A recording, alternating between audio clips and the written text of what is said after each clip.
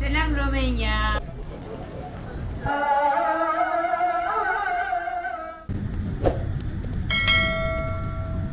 Salutare și bine ați venit la un nou vlog.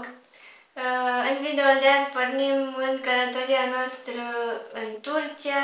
Am plecat din România și am trecut granița spre Bulgaria la Calafat. Am făcut drumul ăsta cu Flixbus până în Sofia și din Sofia am continuat tot cu Flixbus până în Istanbul. Drumul până în Sofia a fost undeva la 4 ore, cu ce am stat la vamă.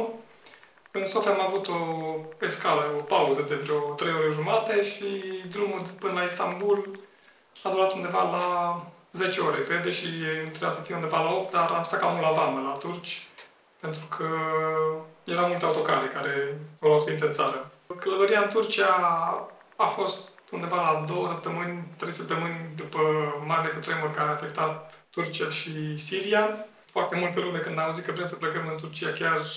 Bine, ideea era că noi deja ne hotărâsem să mergem în Turcia dinainte, doar că în momentul în care a avut loc cutremurul, cumva toată lumea care știa că urmează să plecăm se aștepta să renunțăm la această călătorie. Da, și ai noștri ne ziceau să nu mai mergem, cumva și eu eram așa dubii, doar că ne și doream mult pentru că aveam așa planul făcut și parcă vizualizam deja tot și parcă nu voiam să schimbăm tot și să ne facem alt plan și... Nu era un plan foarte bine stabilit, că știam doar că urmează să mergem în Turcia și în Istanbul și de acolo urma să vedem mai departe. Doar că ne gândeam și la alte variante, nu știu, alte destinații, dar în momentul în care m-am uitat pe hartă sau la bilete de avion sau de tren, cumva n-am simțit că e momentul să alegem altă destinație. Și atunci am zis că mergem în Turcia și urmează să vedem atunci care e atmosfera, cum ne simțim, dacă, nu știu, simțim că ar trebui să ne întoarcem sau să plecăm într-o altă destinație.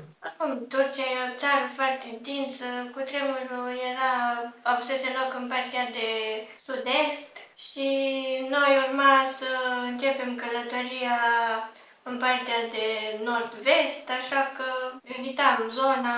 Evitam zona, dar având în vedere câte falii și zone sunt zone seismice. Da, asta peste tot e valabil, adică poți să mergi în zone seismice în care frecvent au loc cutremure și ce înseamnă că nu mai mergi niciunde?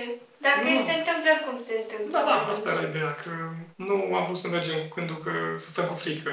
Doar că ne-am gândit la momentul în care mergeam cazările să alegem cazări dacă se poate, în zone de case sau în blocuri cu maxim 2-3 etaje.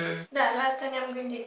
Și cumva chiar a fost o lecție pentru viitoarele călătorii să luăm în vedere și astfel de fenomene atunci când alegi o cazare sau un loc unde urmează să stai mai mult. Ca să intri în Turcia e nevoie de pașaport și ca turist român nu ai nevoie de viză. Ai dreptul să călătorești în Turcia timp de 3 luni, după care trebuie să părăsești țara, asta dacă nu-ți faci permis de ședere. Pentru asta e un proces mai complex, ai nevoie de tot felul de asigurări și noi nu ne-am făcut, dar se poate face. Chiar dacă mergi cu autocarul în Turcia sau cu trenul, că e și varianta cu trenul în timpul sezonului estival, în momentul în care ajungi la graniță trebuie să cobori din autocar cu tot cu bagaj. Deci, practic, cobori, îți iei bagajul, te duci la vamă, unde ești scanat ca la aeroport aproape. Nu e la fel de strict în sensul că nu se desface bagajul, nu caută să vadă dacă ai laptop și să scoți toate dispozitivele, după care te urci la un autocar. Da, noi ne așteptam că o să se urce cineva în autocar, o să ne ia pașapoartele, o să ne aducă înapoi și gata, dar trebuia să ne dăm jos, să scanăm toate bagajele și a durat un pic mai mult. Deși inițial părea o călătorie foarte lungă și obositoare cu autocarul din România până în Istanbul, a fost deloc așa. După prima zi în care ne-am întâlnit, nu ne-am simțit că am fi mers cu autocarul undeva la 14 ore. 14-15 ore, cam atât am făcut în total. A fost destul de confortabil, deci cumva nu e o călătorie atât de obositoare și atât de lungă, încât să merită neapărat să mergi până la București, să iei avionul până în Istanbul, plus de drumul până la București, stat în aeroport, ajungi undeva la 8 ore și ca și cost e undeva la de 3-4 ori mai mare. Sau era atunci când am fost în perioada respectivă. Cazarea în Istanbul ne-o rezervasem prin Booking. Am găsit un hotel foarte aproape de turnul Galata, un simbol al Istanbulului, și am plătit 25 de euro pe noapte și am stat acolo 5 nopți. Locația era foarte bună, chiar în zona centrală, condițiile foarte bune. Și ne-am mirat cumva că am găsit o cazare așa bună, la un preț foarte bun și în zona de... Buricul Târgului.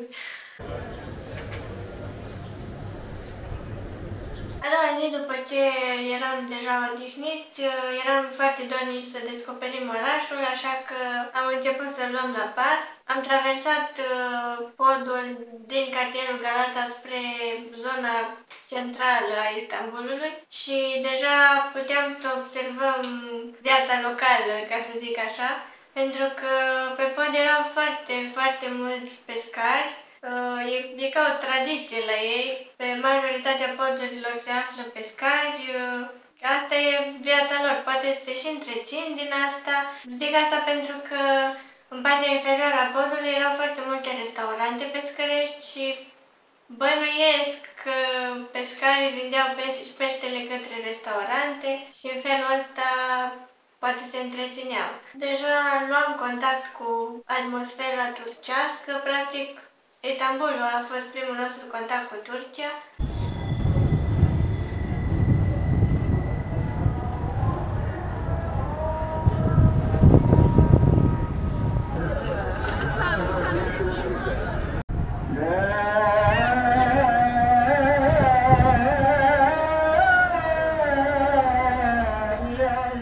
Fără să ne propunem, am ajuns în bazarul egiptean.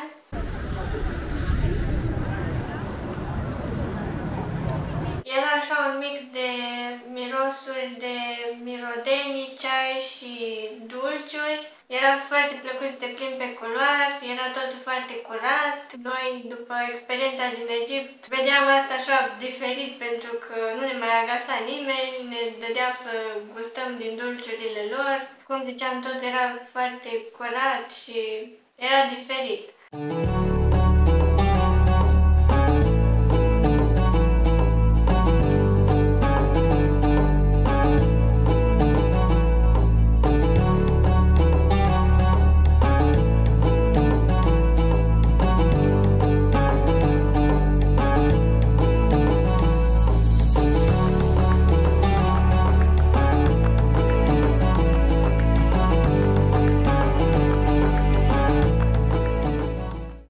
Să mergem în Grand Bazar, marele bazar din Istanbul, și după ce am ieșit din bazarul egiptean, care se numea Misir Bazar, așa apare pe hartă, și Misir înseamnă porumb în limba turcă, am trecut printr-o zonă cu multe tarabe, tot așa străduțe înguste, cu multe tarabe și multe magazine, și după câteva minute am intrat în zona Marelui Bazar.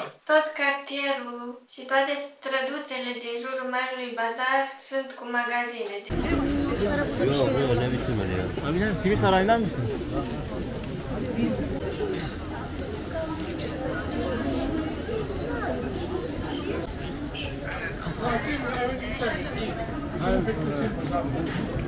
Pot să zic că e un bazar în aer liber până să ajungi în Marele Bazar, care e o clădire așa cu specific și e tot acoperit. E ca și când te plimbi într-un mall cu specific turcesc. Asta e sentimentul. Da, Marele Bazar e numit primul mall din lume, sau printre primele centre comerciale din lume.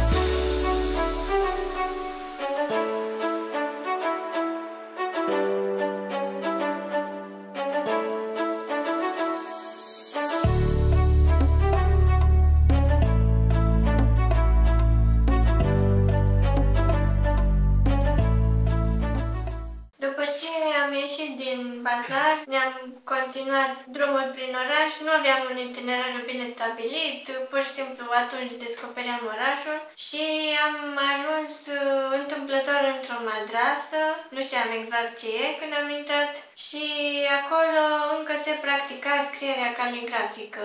Era acolo un domn care ne-a scris numele noastre caligrafic și era un suvenir foarte fain pentru noi.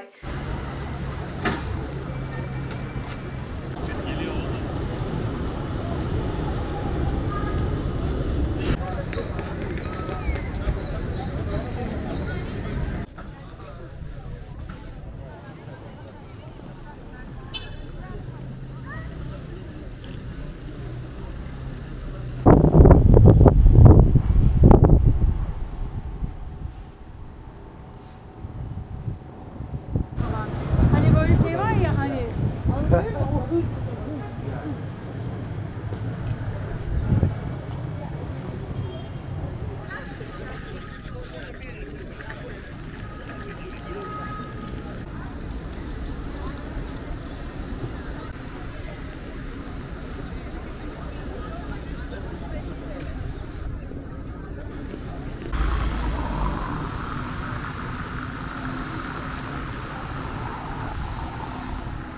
Descopeream foarte multe moschei, era câte una în absolut fiecare cartier.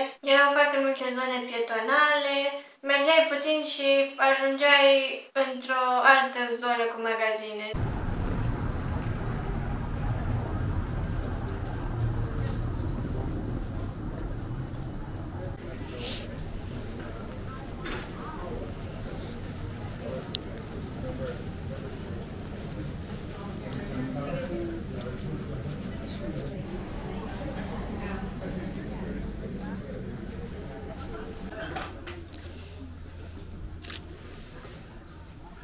Da, noapte.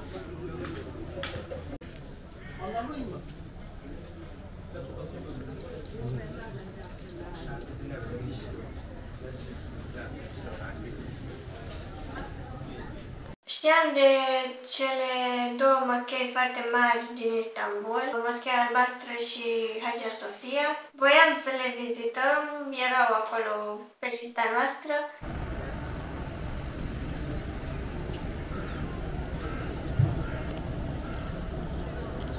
Am ajuns în zona Moscheei Albastre, unde era deja foarte multă lume și tot căutam intrarea, doar că am văzut acolo un panou unde arăta că e în renovare și era închisă.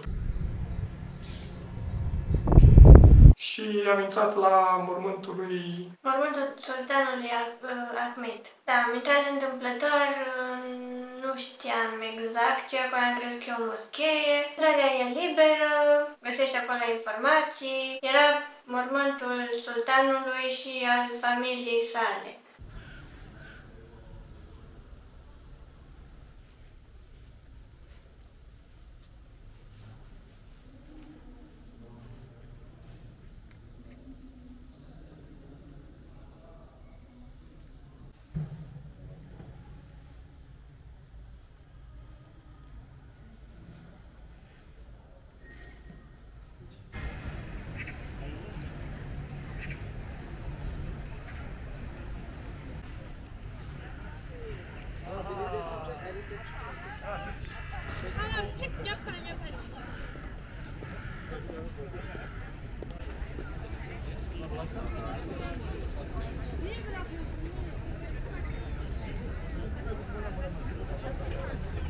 După ne-am îndreptat spre Hagia Sofia și ne-am dat seama că acolo era în majoritatea timpului o coadă imensă. Nu știu exact dacă trebuie să mergi foarte de dimineață sau seara, dar pur și simplu în majoritatea timpului e foarte multă lume la coadă.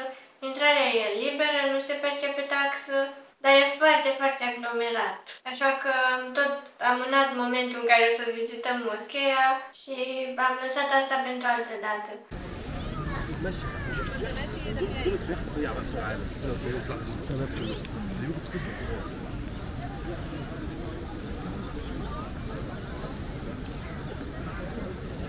Foarte aproape de moschee se afla Palatul Topkapi, reședința sultanilor otomani timp de 400 de ani, care astăzi e un muzeu imens, e poate cel mai important muzeu din Turcia, e foarte vizitat, foarte aglomerat și e bine poate să-ți iei bilet online ca să nu mai trebuiască să aștepți la coadă.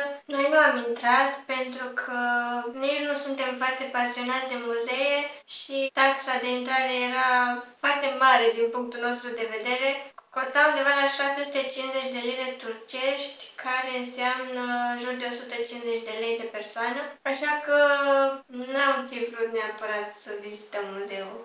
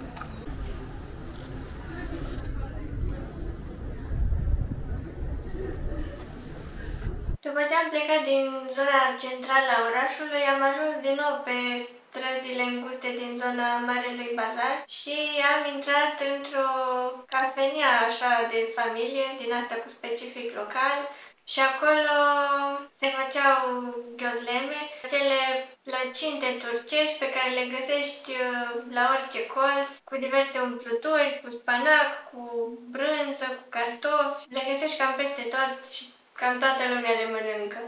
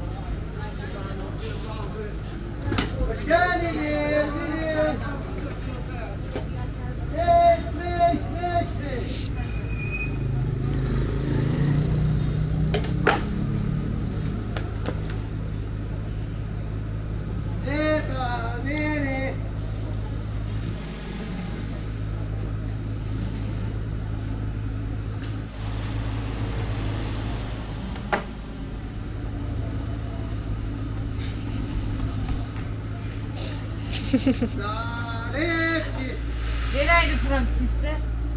Romania. Romania. Selam Romania. How Hai!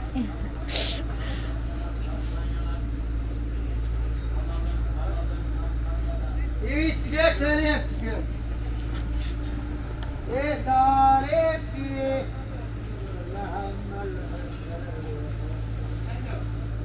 Ya Salep ya. Ali.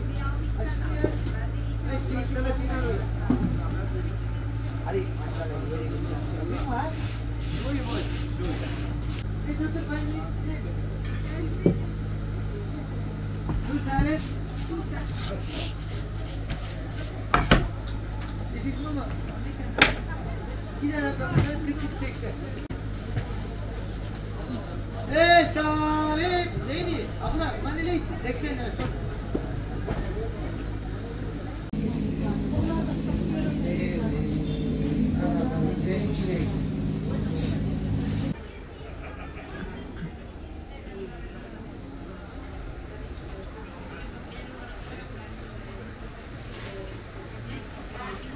După ce ne-am bucurat de prima găzulemă din Turcia, am îndreptat spre cazare pentru că deja era spre apus și eram și puțin obosiți. Orașul era la fel de animat.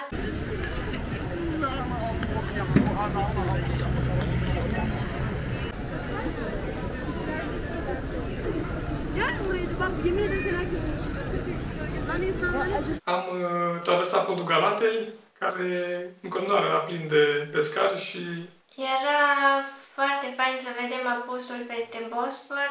Asta e imaginea care, din punctul meu de vedere, reprezintă cel mai bine Istanbulul.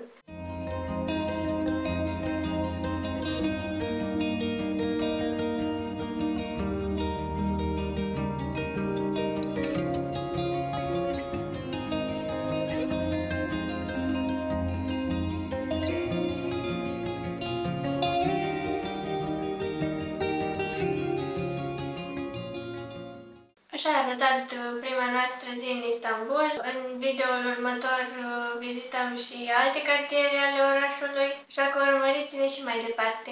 vă mulțumim că v-ați uitat până la final. Și ne vedem în următorul video.